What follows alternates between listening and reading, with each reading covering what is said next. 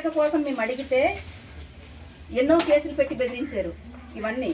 తర్వాత ఏనుగుల కోసము మేము మాట్లాడితే నా పైన అక్కడ పెట్టేసి కేసులు పెట్టారు గరువు బిల్లులో పెట్టి. నాకు ఆ గరువు బిల్లు స్టేషన్కి నాకు తీసుకెళ్లారు. రైతులు నష్టపోయారని అడిగితే నా మీద కేసులు పెట్టారు.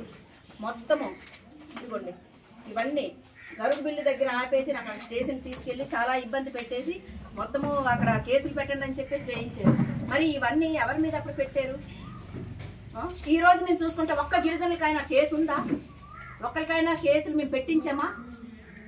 ఆ వాస్తవాన్ని మీరు వాస్తవంగా నిరూపిస్తే మాత్రం ఊరుకునేది లేదు. మాధ్యమాల్లో ఒకటే నేను తెలియజేస్తున్నాను, ప్రజలకి నేను ఎప్పుడూ అందుబాటులో ఉంటాను. ప్రజల కోసం సేవ చేయడానికి ఏ టైం అయినా నేను వెనకం చేయను.